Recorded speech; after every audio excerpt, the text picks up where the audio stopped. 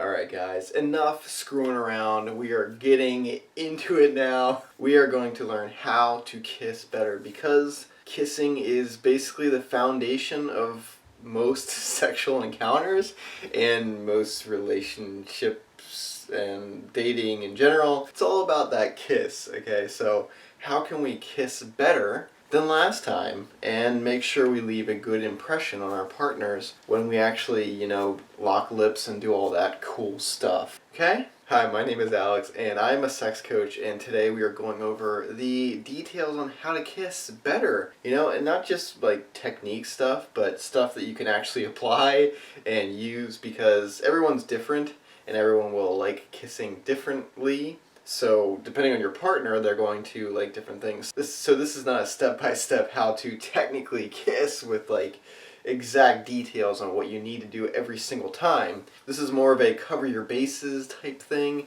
to get you ready for when you're with your hot lady or sexy guy and you're going in to lock lips, and it's going to be explosive, it's going to be passionate, it's going to be amazing. So, step number one is you have to cover your bases to cover your bases. So that means make sure you are clean and well groomed, because no one wants to kiss this. This shouldn't need to be said, but no one wants to kiss some disgusting mouth with disgusting lips and unkempt facial hair if you're a guy, or a girl in that case, for that matter. But no one wants an unclean kissing experience. So make sure if that's about to happen that you are clean, well kempt. Use lip balm, stuff like that. Make sure your lips aren't chapped. Brush your teeth. Use a mint. Use something to keep your breath fresh, because no one wants to come in face to face and you're 2 inches from someone and get blasted by some crazy smells or just unsightly things. So that's easy. Just be clean and your kisses will be better because of that. So there's the first thing. That's pretty easy. Second thing is to build anticipation somehow. So that means talking to your partner, touching them in other places, on their arm, on their shoulder, on their hand, anything, kind of building up the tension if you can.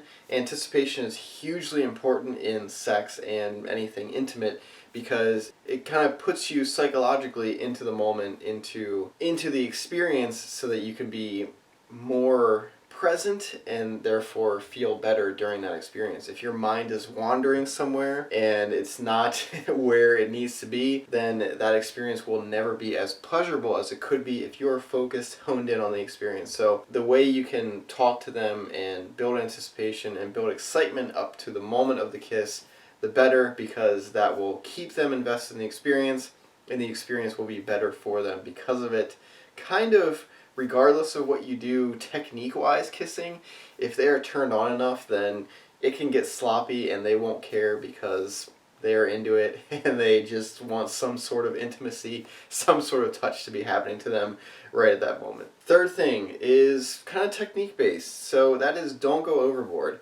So subtlety and kind of smaller movements are far better in terms of kissing than just going full in, shoving your tongue down their throat and just going hard with the lips and the saliva and all that stuff. Trust me, especially when you are starting to kiss, give little hints and be more subtle about it. So don't just go face first, give little pecks on the lip, or if you're going to use tongue, just tiny little tongue touches on their lips.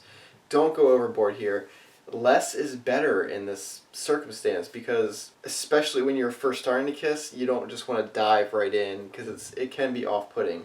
And trust me, a little goes a long way in terms of kissing, because then again you are building anticipation, you're building excitement, because you're kind of teasing what's to come and you're not just going full in, exposing everything that you have to offer. So make sure you are going in smoothly, subtly, and just starting off slowly. Don't go ham on their lips right in the beginning, because that is a recipe for disaster. Fourth thing that you can do is to pull away. So once you have started to kiss a little bit more and you are being subtle and smaller movements, smaller kisses, less touch, you're not just shoving your lips in and kind of like destroying them. The fourth thing you can do is kind of pull away and kind of let that sit and kind of just look at your partner and kind of build more anticipation. All of this is just to kind of create a psychological tension, a psychological stimulation that is making them want it more and more. So the more you can tease and give them little previews and then pull away and kind of create this excitement, the more they're going to want to do more than just kissing, but the more they're going to want to kiss and the more they're going to enjoy the kissing because their mind will be into it. They won't be thinking about other things and they won't be kind of scrutinizing every detail of the kiss. At that moment, if they are turned on enough, if they're excited enough, all that will matter is that you are kissing, and then we can kind of forego any extreme kissing techniques for just soft kisses that aren't even that special in nature technique wise, but if we can keep our partner mentally stimulated and aroused, then what we do won't matter as much because their mind will be so into it and so invested that no matter what we do, it'll be great. So that is basically the concept behind that. The fifth tip is to kind of let your partner lead. So you can go in for the first kiss and it can be a subtle thing and you can pull away and do all that stuff and not go too hard. But if your partner starts pushing to go harder, then you follow their lead. And so you are possibly the one that initiated the kiss, and you are the one kind of driving the interaction because you are pulling away and you are being more subtle about the kisses, touch-wise subtlety. You're not just pushing your lips as hard as you can and driving your tongue down their throat. But if your partner is pushing against you harder and that's what they are basically signaling that they want, then you can follow their lead.